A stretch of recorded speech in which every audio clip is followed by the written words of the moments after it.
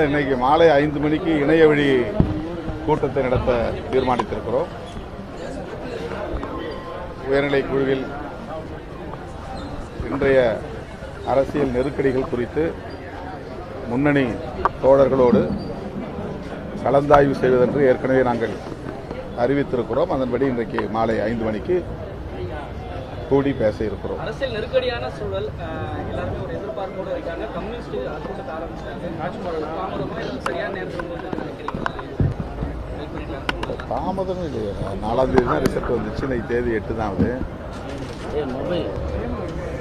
ஒரு ஜனநாயக முறைப்படி கட்சியில் கலந்து பேசுவது என்பது வழக்கமான ஒன்றுதான். எந்த ஒரு முடிவாக இருந்தாலும் கட்சி தலைவர் என்கிற முறையில் எனக்கு அதிகாரம் வழங்கப்பட்டிருக்கிறது என்றாலும் கூட அவர்களின் கருத்துக்களை அறிய வேண்டியது, அவர்களின் உணர்வுகளை மதிக்க வேண்டியது என்னுடைய பொறுப்பு, என்னுடைய கடமை.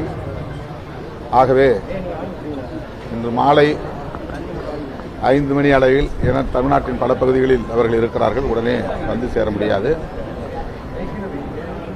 ஆகவே இன்று மாலை ஜூம் இணைய வழியாக நாங்கள் பேச இருக்கிறோம்.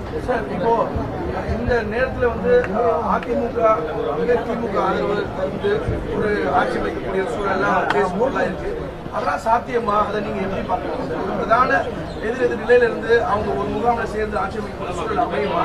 அதை நீங்க எலக்ட்ரல் பாலிடிக்ஸை ரொம்ப உள்கவனிச்சு நீங்க அதை சப்போர்ட் பண்ணுவீங்களா? அது அங்க இது நாங்கள் கலந்து பேசாமல் நான் முன்கூட்டியே கருத்து சொல்வது சரியாக இருக்காது. எங்கள் தோழர்கள் என்ன நினைக்கிறார்கள் என்பதை அறியாமல் நானே ஒரு கருத்தை முன்கூட்டி சொல்ல முடியாது. ஆகவே மறுபடியும் சொல்லுகிறேன், உயர்நிலை குழு கூட்டம் முடிந்த பிறகு நாளை காலை பிரஸை, அதாவது பத்திரிகையாளர்களை முறையாக அழைத்து நாங்கள் பேசுவோம். அதாவது உயர்நிலை குழுவில் எடுக்கிற முடிவை அறிவிப்போம். திமுக தலைவர் ஸ்டாலின் உங்களோட பேசினாரா? ஏன்னா இப்படி ஒரு சூழல் போயிட்டு இருக்கு. அவங்க என்ன சொல்றாங்க? 9 ஆண்டுகளாவே திமுக கூட்டணி நீங்க நீடிச்சுட்டு வரீங்க. அவங்க என்ன கருத்தை வலியுறுத்துறாங்க? நாங்கள் ஏற்கனவே மதசார்பற்ற முற்போக்கு கூட்டணியில் பயணித்துக் கொண்டிருக்கிற நிலையில் அந்த கூட்டணி கட்சிகளை சார்ந்த தலைவர்கள் என்கிற முறையில் திராவிட